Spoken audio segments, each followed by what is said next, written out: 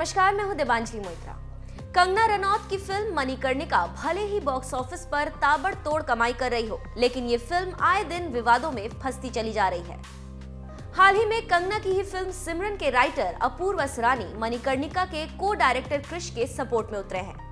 दरअसल हाल ही में क्रिश ने एक इंटरव्यू के दौरान दावा किया है कि फिल्म का 70% डायरेक्शन उन्होंने किया है और वो इस बात से निराश हैं कि उन्हें डायरेक्टर के रूप में कंगना के बाद सेकंड क्रेडिट दिया गया है। वहीं अपूर्व ने कंगना को दुष्ट शक्ति कहा है और मीडिया को भी मणिकर्णिका को हिट बताने के लिए आड़े हाथों लिया है। अपूर्व का मानना है कि ये फिल्म फ्लॉप है। देखिए कुछ tweets. Director Krish exposes how Kangna Ranaut hijacked Manikarnika. This is exactly what she did on Simran too. Waited for me to complete the cut, told me how much she loved it, then had me thrown out by colluding with producer before she went on to screw up the film. इतना ही नहीं, उन्होंने एक और tweet करते हुए लिखा कि This is painful yet cathartic. I wrote Simran with a passion similar to the man in the video. But an insecure Kangna Ranaut started deleting other actors' lines on set and made it about her. Krish explains in frustration how she cut out historical characters from Manikarnika too. Her game is brutal. She first plays the victim and wins your trust. You give your all, sacrifice all other work because she seems lovely. Then when you're ready with the film you nurtured and created, she has you thrown out. Then she uses the press and trolls to character assassinate you. वैसे आपको बता दें, हंसल मेहता की movie सिमरन के दौरान कंगना और अपूर्व के बीच writing credit को लेकर विवाद हुआ था।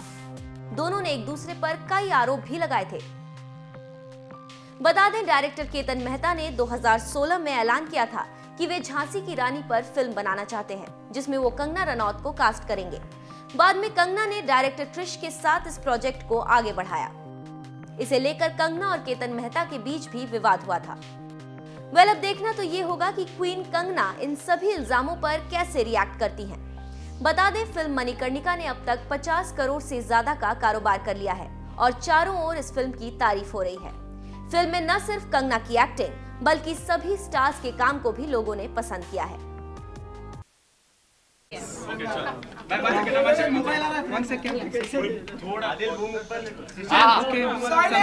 सबसे पहले तो ये जो आपका ब्राइडल लुक है, मणिकर्णिका का लुक है, लेकिन आपसे जानना और यहाँ पे भी आप उस लुक में प्रेजेंट हैं, तो इसके बारे में जरूर कुछ बताइए। वेल, जैसे आप जानते हैं कि आम्रपाली जो है हमारे ऑफिशियल स्पॉन्सर्स हैं फिल्म के लिए, और ये टाई अप था नीता जी एंड नीता लूला एंड आम्रपाली के बीच में। So I am just playing a model here today, लेकिन आई थिंक इनका जो भी फिल्म का लुक है, बहुत हद तक आम्रपाली का इसमें सहयोग है, जो आज ये बन पाया है, जो दिख रहा है। और जिस तरह से इनकी ज्वेलरी है, इन्होंने बिल्कुल पीरियड अप्रोप्रिएट ज्वेलरी जो है हमको दी है। और नीता जी ने बहुत मेहनत की है एक्चुअली इसमें। आज उनको यहाँ होना चाहिए था, बट वो अपनी फिल्म की शूटिंग कर रही हैं। But we've been very grateful to have an association with Amrapali for the film. Kangana, एक सवाल, आपके घर में आज प्रोटेस्ट था करनी सेना का। उन्होंने कहा है कि उन्हें कोई आपत्ति नहीं है फिल्म रिलीज होने से, क्योंकि वैसे सीन नहीं है जैसे कि आप लोगों ने बताया है। लेकिन उनका कहना है कि जो आपने बयान दिया था कि डिस्ट्रॉय कर दूंगी करनी सेना को, उसके लिए आप माफी मांगे। वो चाह रहे कि आप माफी मांगे, तो आप क्या कुछ कहना चाहेंगे? नहीं, मैं किसी से माफ़ी नहीं मांगूंगी। माफ़ी मैं कभी किसी चीज़ के लिए नहीं मांगती जिसमें कोई गलती है नहीं। लेकिन हमने उन्हें आश्वासन दिया है कि उसमें कुछ भी ऐसा गलत नहीं है और उन्हें हमारा सहयोग देना चाहिए।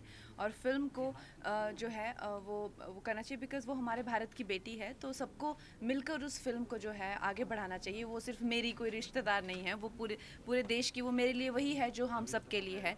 सो मणिकर्णिका भारत की बेटी है और करनी सेना को भी उनका सहयोग देना चाहिए।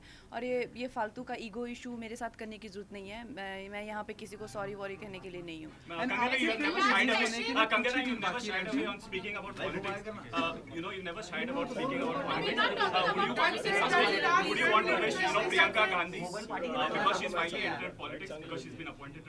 What is your question? क्या आपकी फिल्म रिलीज होने में अब कुछ ही दिन बाकी रह गए, तो आप yes What do you want to say regarding that?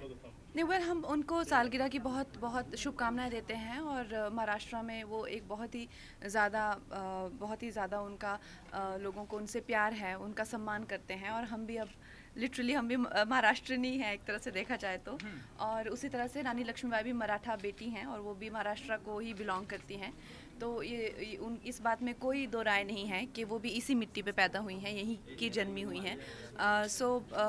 हम ये चाहते हैं कि दोनों ही जो हैं दोनों ही जो महान हस्तियां हैं जिन्होंने हमारे जिनके लिए लोगों के दिलों में जगह है, उनके लिए प्यार है, उनको बहुत शुभकामनाएं।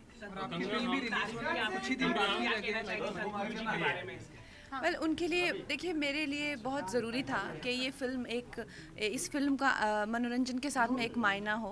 और सदगुरु मेरे गुरु हैं और उनको आज तक मुझे जो भी हासिल हुआ है मेरी ज़िंदगी में वो या तो गुरुओं की ही वजह से हुआ है। मैं चाहे स्वामी विवेकानंद हो, उसके बाद में जब मैं अपनी ज़िंदगी के ऐसे मुकाम में थी जहाँ मुझे कुछ एकदम मतलब मुझे लगा था जैसे मैं बॉक्स में बंद हो गई हूँ, तब सदगुरु मेरी ज़िंदगी में आए और मुझे एक फिर से लगा कि नहीं, I am free now. So I think एक युवा के लिए बहुत ज़रूरी है गुरु, चाहे वो आपका कोई टीचर हो सकता है, आपका मम्मा हो सकते हैं, आपके पापा हो सकते हैं, आपकी बहन हो सकती है, आपका फ्रेंड हो सकता है, लेकिन एक ऐसा इंसान जिस पे आप विश्वास कर सके। बहुत ही किस्मत वाले होते हैं जिनको ऐसे इंसान मिलते हैं लाइफ में, और मैं ऐसी कामना करती हूँ कि आप सबको कहीं ना कहीं किसी ना किसी रूप में गुरु और उनकी गाइडेंस मिले। Thank you so